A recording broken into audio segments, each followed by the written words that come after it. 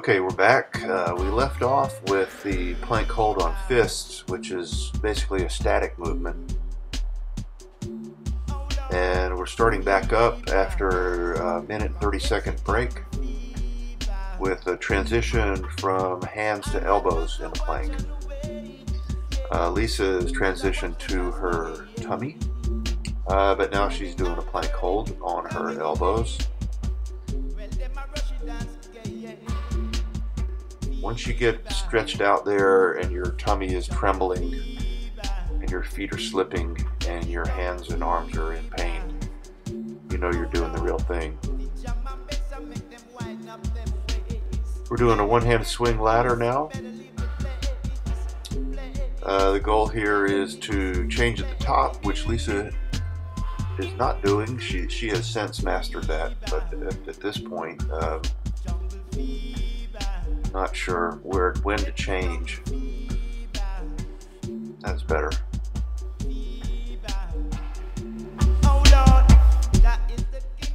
There's one thing that I'd like to mention with regard to all of these exercises and movements is that at no point do I intend or desire to isolate a muscle or even a group of muscles. All of these movements and sequences and exercises are intended to engage the full body as it would be used in a real life or functional situation. Something that appears to use just the arm, this kettlebell swing, is actually using hips and abdomen, back, shoulder, feet, you name it. It's all really working.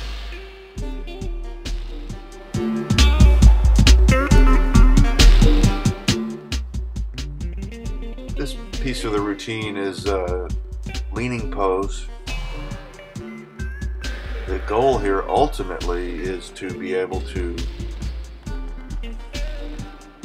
incline yourself so that you can go all the way back so your butt hits your feet and then your back or shoulders contact the floor, and then stay there or come back up from that position.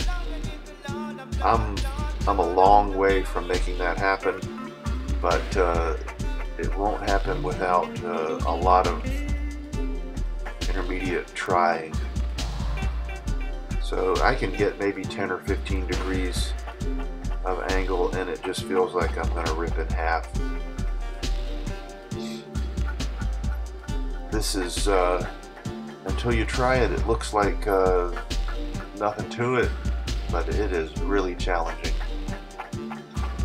It's something that almost elicits a fear or frightening physical, emotional response. Until you try it, you just don't really even know.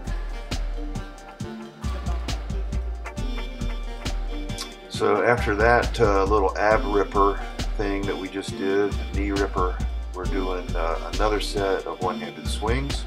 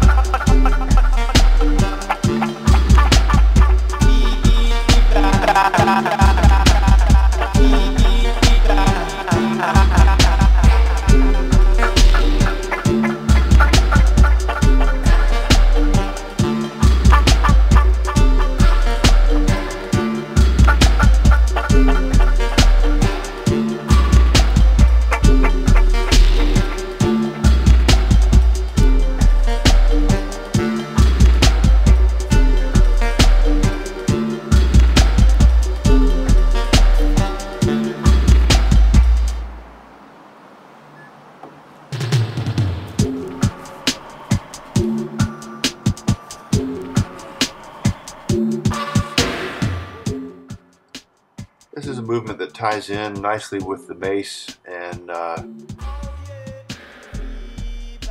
it's a kettlebell halo. At this point, we're bringing the kettlebell to about the middle chest region. I'm doing this voiceover about a month after we recorded this, and lately we've been resting the kettlebell much lower, say at belly button height, which really brings a little bit more arm and bicep engagement, and is more directly connected to the mace swing. That spot there on the mat with Lisa wanting to get a little exercising. This is a plank leg swing. I don't really know why we do this, other than it seems to be a good extension of a plank hold with a motion, a movement. Part of the time I'm trying to keep my legs straight, and part of the time I'm trying to bring my knee up and get as much hip opening, hip flexion as I can. As I get more tired in the core, I'll bring my knee up and rest for a second on my foot, but try to keep moving.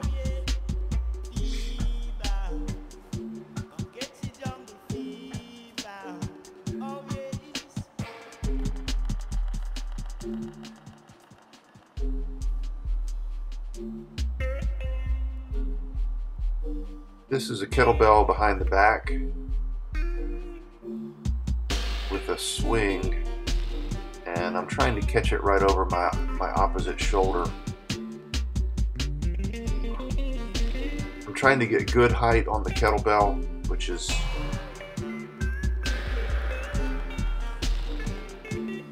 just requires a good pull. Requires that your body and core be engaged to maintain your balance and your position relative to the kettlebell. Lisa's doing a great job here, getting nice height on the kettlebell.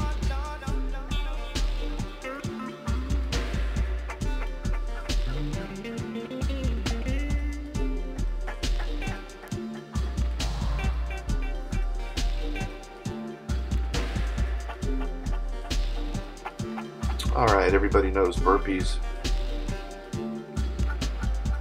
Burpees are tough for me at this point, about 220 pounds. It's hard to keep your core firm, keep your body straight. I'm trying to jump cleanly back up into that position.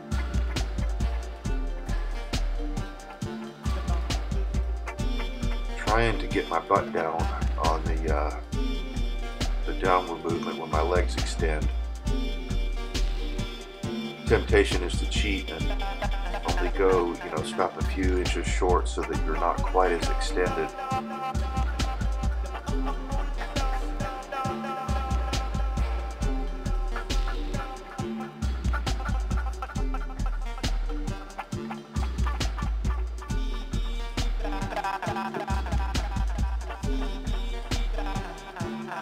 The plate loadable mace that I'm swinging here is a 48-inch handle with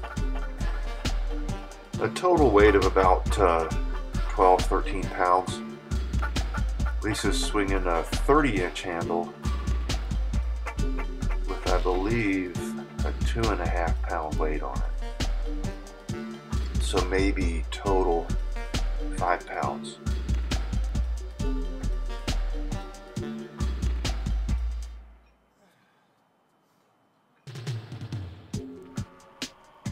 The mace is a very humbling piece of equipment.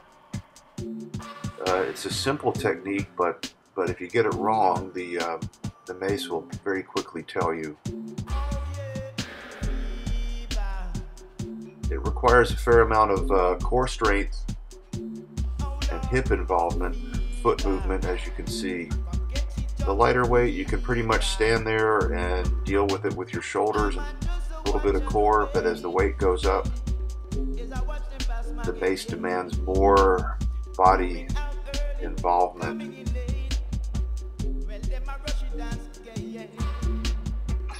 So we're about to run out of video here.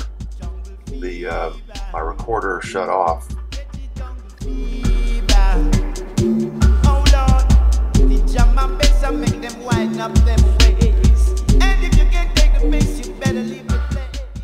So my grip's burning and forearms are burning, and we're just about done. So I hope you enjoyed this. If you have any questions, leave a comment. I'll be happy to answer what I can do, and hope you enjoyed it.